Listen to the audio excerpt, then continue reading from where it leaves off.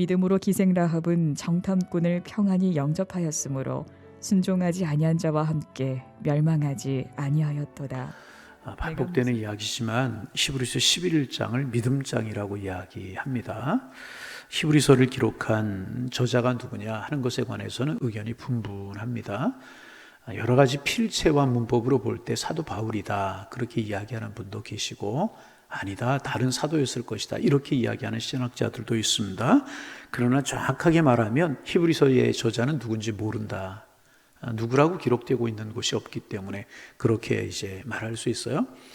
그런데 히브리서를 기록하면서 11장에 와서 믿음에 관해서 기록하고 있는데, 믿음에 관해 설명하려고 하지 않고 믿음의 인물들을 하나씩 소개하면서 그렇게 살아가는 것이 믿음이다.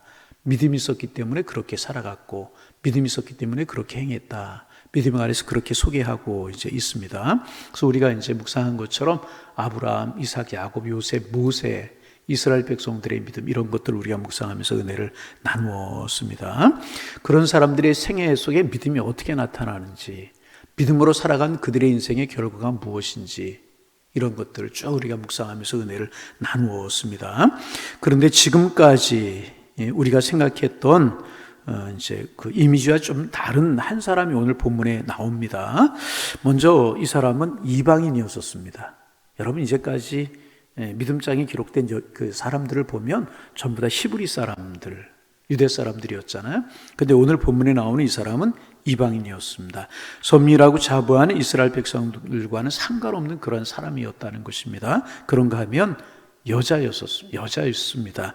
여성의 권위가 존중되지 못하던 시기에 살았던 여인, 더군다나 성경은 기생이라고 그렇게 기록하고 이제 있습니다. 그런데 이제 이 이방인이었고 여성이었던 그 당시에 관례적으로 성경에 기록될 만한 인물이 되지 못했던 이방 여인이었던 이 사람이 믿음의 이 사람으로 어엿하게 성경에 기록되고 있다는 것입니다. 전교적으로나 사회적으로 누릴 수 있었던 모든 특권에서 철저하게 제외되어 있었던 한 여자가 믿음으로 하나님의 백성이 되어서 자신의 운명을 구원하였을 뿐만 아니라 예수님의 족보에까지 그의 이름이 기록되는 여인이 되게 되었다는 것입니다.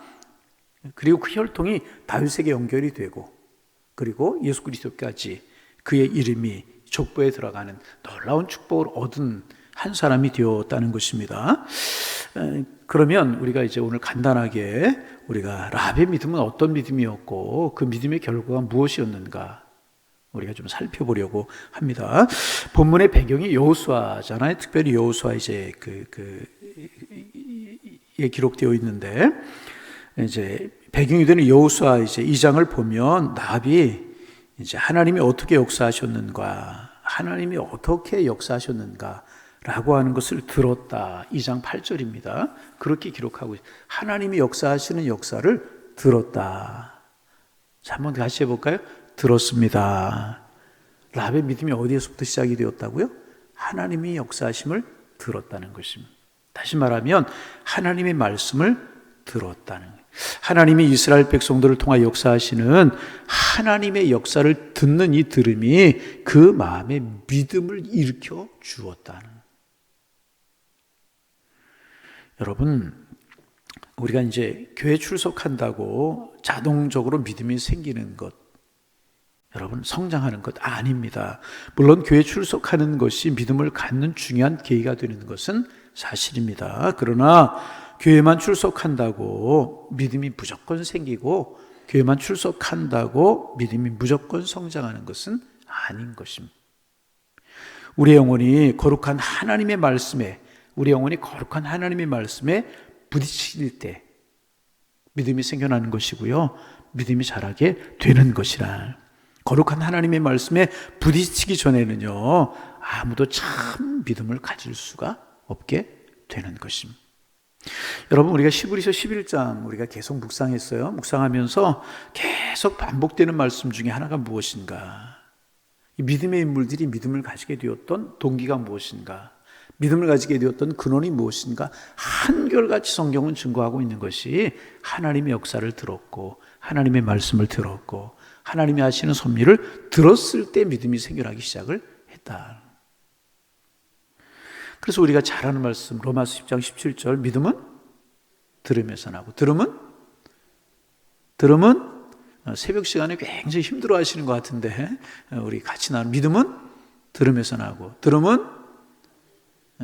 나올 때까지 남성분들의 목소리가 들릴 때까지 특별히 장로님들의 목소리가 들릴 때까지 제가 계속 믿음은 들음에서 나고 들음은 그리스도의 말씀으로 말미암는다. 계속 반복되는 이야기가 이것이라는 것입니다.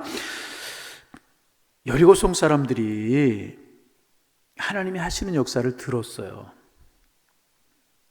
광야 생활하는 동안에 만나의 추라기로 그들을 먹이시고 마른 땅에서 샘이 터지게 하시고 이런 이야기를 들었고 결정적으로 요단강을 마른 땅처럼 건넜다는 이야기 이스라엘 백성들이 그 여리고성 사람들이 들었습니다. 여러분 그 이야기를 듣고 간담이 여리고성 사람들이 간담이 서늘했을 것입니다. 그렇잖아요?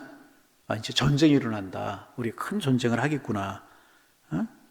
여리고성 사람들이 두려움과 공포와 불안에 빠져 있었을 것이라는 것입니다. 그런데 같은 이야기를 들었잖아요. 같은 이야기를 들었는데 여리고성 모든 사람들은 간담이 서늘하고 두려움과 떨림에 사로잡혀 있었지만 공포에 사로잡혀 있었지만은 이 라합이라고 하는 이 여인은 이 하나님의 말씀을 들었을 때 그 마음속에 믿음이 생겨났다는 거예요. 한 사람들은 떨고 한 사람들은 두렵고 공포에 사로잡혔어요. 그런데 라합은 하나님이 하시는 역사를 그 이야기 속에서 발견할 수 있었다는 거예요. 여러분 그렇습니다. 같은 이야기를 들어도 믿음이 생겨나는 사람이 있는가 믿음에서 멀어지는 사람이 있어요. 여러분 예수님께서 말씀을 전하시고 천국 복음을 전하실 때 똑같았잖아요. 어떤 사람들은 그 예수님의 말씀을 듣고 믿음이 생겨나고 구원받는 하나님의 사람이 되었잖아요. 어떤 사람들이 예수님을 대적하는 사람들이 되었잖아요. 그래서 여러분 우리가 말씀을 듣을 때 잘 듣는 것이 중요합니다. 어떻게 한다고요? 잘 듣는 게 중요합니다. 여러분 말씀 잘 들으시기를 바랍니다. 어떻게 믿음으로 듣는 물론 믿음이 있을 때 말씀이 들려지고 그 말씀을 믿음이 더 성장하게 되어 있다는 것입니다. 그래서 믿음으로 하나님의 말씀을 잘 들으려고 노력하는 자세가 참 중요해요. 보세요. 같은 이스라엘 백성들이 광야길에 행진하고 지금 요단강을 건너서 우리 여리고성으로 진격해 온다라고 하는 이야기를 들었어요. 하나님이 하시는 역사와 하나님이 하시는 손길을 들었다는 것입니다. 그렇잖아요? 그런데 다른 사람들은 두려움과 공포에 빠지고 절망에 빠졌지만은 이 라합은 그 말씀을 듣고 믿음을 가지고 정탐꾼들을 영접하는 그러한 믿음으로 나타났다는. 여러분 하나님의 말씀이 여러분들에게 복이 되시기를 바랍니다. 두려워할 수밖에 없는 상황에서 편안을 잃지 않고 올바른 판단을 내려서 놀라운 결과를 가능했던 것이 무엇인가? 바로 믿음이었다는 것입니다. 그래서 시편 27편에 이런 고백이 있습니다. 여호와는 나의 구원이시니 내가 누구를 두려워하리요. 여호와는 내 생명의 능력이시니 내가 누구를 무서워하리요. 그렇게 기록하고 있습니다. 이 신앙을 가진 사람들은 자기를 둘러싸고 있는 혼돈 속에서도 하나님을 바라볼 수가 있는 것입니다. 라합의 믿음이 바로 그런 믿음이었다는 것입니다. 그는 하나님의 말씀으로, 하나님의 말씀을 믿는 믿음으로 두려움을 극복했다. 그의 믿음은 하나님의 말씀과 함께 시작이 되게 되었다는. 그래서 여러분 늘 반복되는 이야기지만 하나님의 말씀을 말씀으로 들으시기를 바랍니다. 하나님의 말씀을 말씀으로 듣는 사람은 자세가 다를 수밖에 없어요. 모습이 다를 수밖에 없습니다. 눈빛이 다를 수밖에 없었다. 이 기색이라 말씀으로 믿음으로 그 말씀을 들었을 때 그의 믿음의 행진이 시작이 되고 그의 삶에 믿음의 결과가 나타나고 결국 구원받는 하나님의 은혜가 나타날 수가 있었다는 것입니다.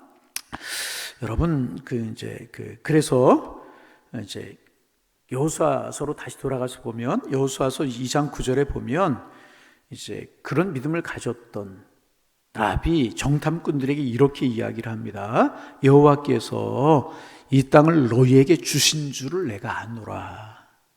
이제 정탐꾼들이 왔어요. 그때 라합이 정탐꾼들에게 무슨 이야기를 하냐면 여호와께서 이 땅을 너에게 주신 줄을 내가 안다. 전쟁이 시작되지도 않았어요. 그런데 이 땅을 너에게 준 줄을 내가 안다. 그렇게 이야기를 합니다. 여러분이 안다라고 하는 고백이 참 중요합니다. 우리 한국교회 이제 성도님들이 기도하면서 제일 많이 사용하는 단어 중에 하나가 뭐냐 하면 믿습니다라고 하는 단어래요. 다시 기도하면서 많이 사용하는 단어가 뭐라고요? 하나님이 이렇게 될 줄로 믿습니다. 하나님이 주실 줄 믿습니다. 하나님이 해결하실 줄 믿습니다. 이 단어가 한국교회 성도님들이 기도하는 기도 중에 제일 많이 나오는 단어라고 이제 그래요. 그런데 어느 분이 그런 이야기를 하셨어요. 사실 믿습니다라고 하는 단어를 많이 사용하는 것은 뭐냐 하면 믿어지지 않기 때문에 많이 사용하는 것이다. 믿어지지 않는다는 거예요. 내 병이 나을 줄로 믿어지지 않아요. 그러니까 믿습니다. 경제적인 문제가 해결되지 않을 것 같아요. 그러니까 믿습니다라고 그렇게 이제 고백을 하는 거라고 그렇게 이야기하는 이야기를 제가 본 적이 이제 있습니다. 그래서 믿어지는 사람은 뭐라고 고백할 수 있어야 되느냐?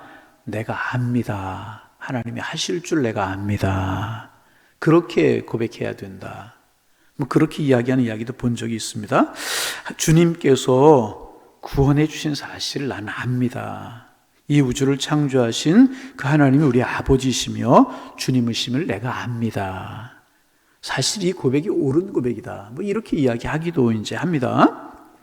여러분, 우리는 모든 것이 불확실한 불신 세대를 살아가고 있습니다. 이러한 때에 하나님이 우리의 하나님이심을 고백하며 살아가는 성도들의 삶은 참 복 있는 것이다. 그래서 여러분과 저는 복 있는 사람들이십니다. 불신 시대에 하나님이 믿음을 주시고 믿음을 가지고 하늘을 바라보며 우리가 살아가잖아요. 복된 것입니다. 라합은 하나님의 말씀을 듣고요, 하나님의 역사를 알았기 때문에 나는 압니다. 그렇게 고백했다. 이 땅을 너희들에게 주신 것을 나는 안다. 아무것도 이루어진 사실이 없고요, 아무것도 된 것이 없어요. 그런데 하나님께서, 여호와께서 이 땅을 너에게 주신 줄을 내가 안다. 믿음을 넘어서서 안다. 그렇게 고백하고 있습니다. 참 귀한 고백이 아닐 수가 없습니다. 그의 마음속에 믿음으로 인한 확신이 있었기 때문에 내가 안다. 라합이 그렇게 고백하고 있는 것입니다. 성사학자 중에 아주 유명한 윌리엄 바클레이라고 하는 이제 신학자가 이제 있습니다. 그 신학자가 뭐라고 이야기를 했냐면, 지금 이스라엘 백성들이 이 여리고성 전투에서 이길 수 있는 확률은, 승리할 수 있는 확률은 100만 분의 1이었다. 100만 분의 1? 이 말은 무슨 말입니까? 불가능했다는 거예요. 이스라엘 백성들이 가지고 있는 전력이나 모든 것으로 볼 때 여리고성 전투에서 이스라엘 백성들이 이길 수 있는 확률은 거의 불가능한 것이었다는 것입니다. 아무 무기도 없고 훈련되지도 않고 빈손으로 사막을 건너온 유목민들이 여리고성을 정복한다는 것은 불가능한 일이었다는 것입니다. 보이는 상황은 모든 것이 불가능했다. 그러나 라합은 보이는 형상보다 하나님의 말씀을 듣고 믿었다는, 눈에 보이는 현실을 보았다면 낙담할 수밖에 없는 그러한 상황이었다는 것입니다. 우리는 우리의 힘으로 여리고성을 무너뜨리는 것, 이 땅을 하나님의 땅으로 만드는 것, 불가능하게 보일 수 있다는 것입니다. 그러나 하나님이 원하신다면 그렇게 된다는 사실을 우리는 압니다. 이것이 라합의 고백이었다.